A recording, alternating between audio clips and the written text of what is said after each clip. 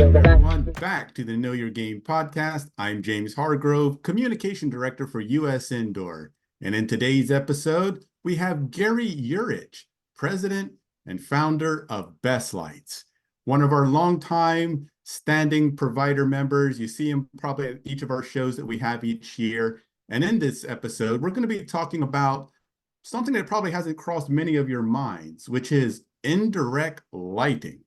So here to explain what that is, why it's important for you as facility operators, if you have it, to at least consider incorporating this into your facility, we have Gary. Gary, how you doing? Good. Very good.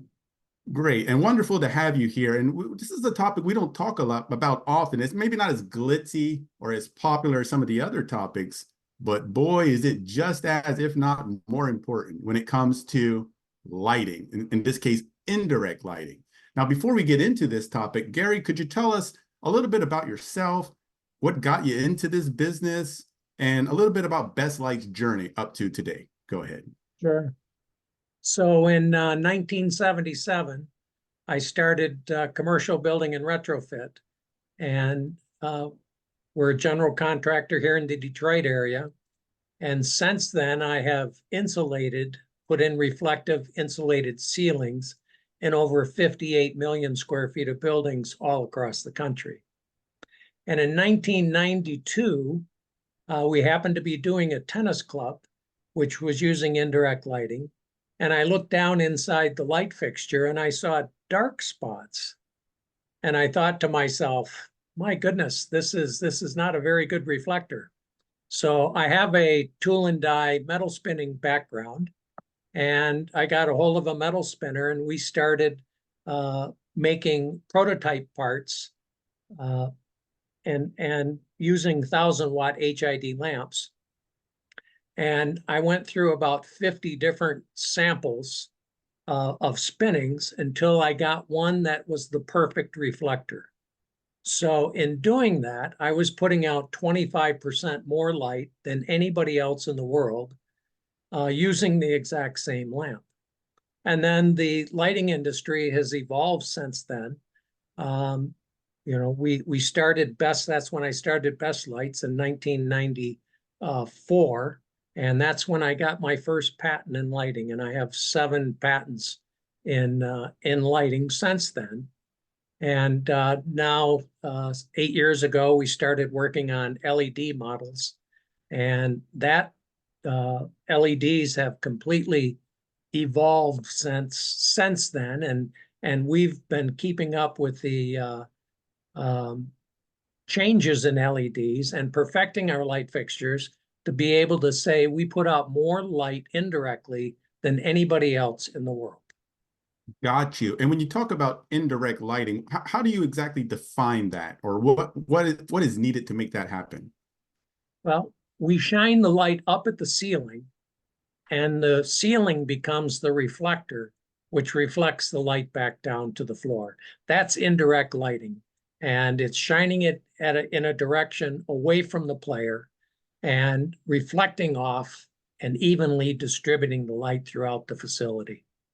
Got you. All right. Well, with that being kind of laid out in terms of what that is, let's talk about some potential issues and benefits from indirect lighting. And we'll start with probably the most obvious thing that people think about when you explain what it is, reflecting off of something and then coming back at you.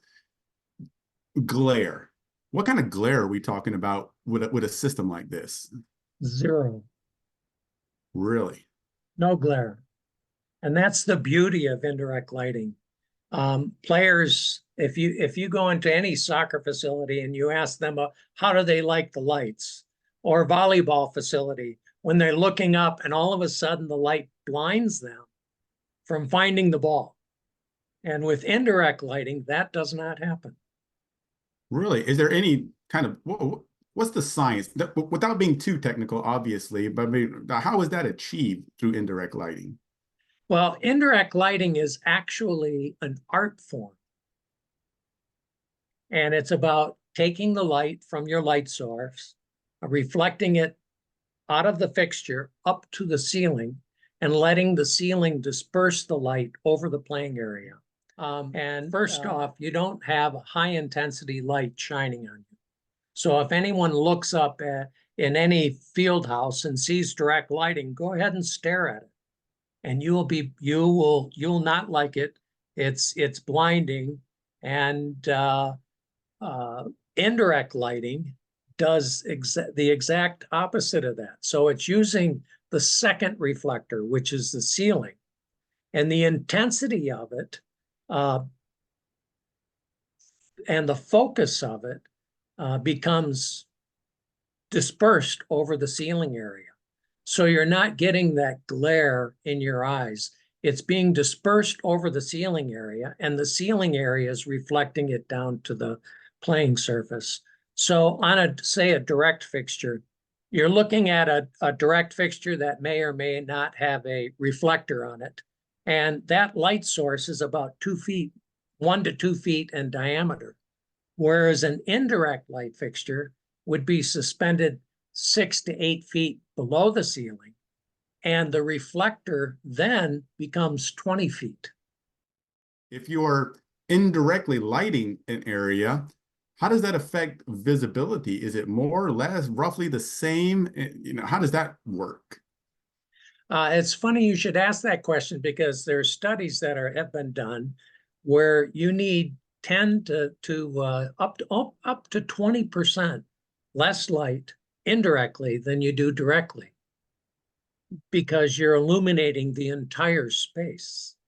And the perception of indirect light is much greater than direct light, because the entire space is illuminated. You don't have that cave effect. And so with a direct light, your ceiling's dark, you're in this cave. With an indirect light, your ceiling is nice and bright, and it's illuminating the entire facility. And therefore, your mind's telling you that this is a brighter facility than a directly lit facility. I think that's really cool. I come from a psychology background. It's funny how the human brain can compensate or adjust for certain scenarios like that. I think that's awesome. Well, what about shadows, though? Does this create heavier shadows or lighter shadows? How does that work? The beauty of indirect lighting is there's no shadows.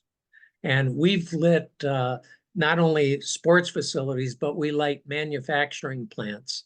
And if you look at a facility that's lit directly, the light is shining directly down, and anything that's in its way is going to cast a shadow on the floor or on the surface because it's blocking the light. Where indirect lighting bounces everywhere, and you don't have shadows or glares because it's bouncing at many different angles back down to the floor and illuminating the entire space. Got you. And of course, that just improves the overall aesthetics, visibility of what's happening on the field, depending on the format, of course. But let's talk about other forms of aesthetics. Like, how does the fixtures look once it's installed? I know you're not going to say they're an eyesore, but let's be honest here. Does it look much different than direct lighting? Does it look better, worse, clunkier? What would this look like inside a facility? Yeah, the fixtures are actually very attractive. And when you look at a direct light fixture, all you're seeing is the light source, which is harsh in most situations. With an indirect light fixture, you don't see the light source. You see a nice metal housing and with not producing any glare. So it's much more effective and a lot more aesthetically pleasing. So implementing something like indirect lighting sounds like it could be a heavy lift, especially if you're an indoor facility that basically has direct lighting and you've had that since you broke ground, essentially, or built the facility. How difficult is it? Complex is it to make that transition from direct to indirect? Are we talking about lots of different equipment, retrofitting? What really involved here? Well, first off, you have to have a white ceiling because your ceiling becomes your reflector. If you don't have a white ceiling, then it's not going to work very well. But if you have a white ceiling, and by the way, this is how we we got into the lighting business by putting in white reflective insulation systems in buildings and sports clubs all over the country. If you don't have a white ceiling, it just won't work well. But if you do have a white ceiling, and it will perform excellently. And it'll cost you a little bit more in electricity probably, but the payoff it outweighs the additional costs, because you will have the finest club in the area that people want to come and play at. If you took two identical buildings, lit one indirectly and lit one directly, and said to 100 players, where do you want to play? 100 of them would tell you in the building that's lit indirectly. So it has some great positive effects on people and on the game. Now, what about other potential limitations? We mentioned that you must have a white ceiling in order to make this happen. Are there other things, factors to consider that might prevent someone from going to indirect lighting? Ceiling height. So indirect lights hang down anywhere from 4 to 8 feet, because the distance from the surface you're reflecting off, which would be the ceiling, down to the light fixture will change how much light you actually get on the floor. So if you had the fixture only 2 feet away, your reflector is reduced in size because of the focal point. But if you have one, most of our lights are hanging down 8 feet, then you'll have a nice 20-foot spread, and it'll be all, the light will be reflected everywhere in the facility. That makes a ton of sense. Well, in your experience working with various clients, what are some common misconceptions or challenges that businesses face when considering indirect lighting, and how do you address those? Yeah, structure, how the structure is built. In a pre-engineered metal building, you need to look at, number one, the main frames in the building. So the main frames go from one side of the building to the other. They're the big beams. And then you need to look at the purlins in the building. So the purlins sit on top of the main frames. If they're red iron, it's not a good fit for indirect lighting, because the red color, actually in the industry, we say eats the light. So what you're trying to do is create a ceiling that is white, and not have components of your building eating up the light that you're trying to get back down to the floor. Got you. And as we look ahead in this industry of lighting, let's say, do you see any advancements, innovations, things that are on the horizon in this space that people should keep an eye out for? Any innovative technologies? You know, you're talking about technology. And when we first started making LEDs 7, 8 years ago, they were producing 90 lumens per watt. So for every watt of electricity, you got 90 lumens out of it. And today, our LEDs are producing 185 lumens per watt. And that's just in the past 6, 7 years that has happened. So the industry is continuing to evolve. My newest model that'll be out in about 6 months. I'll be at 190 lumens per watt, and I'll be producing light illuminating areas using less wattage than I was 2 years ago. So the industry is constantly changing. As far as reflector designs and that, now today, we don't use reflectors any longer. We're using the LEDs straight up. And in the past, when we first started making LEDs, we were using reflectors to disperse the light evenly throughout the facility. But in today's LED designs and our fixture designs, we don't need to do that any longer. And so that reduces the cost of the fixture by eliminating the reflectors. Very good. Well, as we wrap up this edition of the Know Your Game podcast, I also want to make mention that Gary and Best Lights will be at our trade show this year, and they'll have a booth set up. So, Gary, what can people expect when they come by and visit your booth? So what kind of setups are you going to have to show people? And what do you often like to talk about as people approach you at our conference?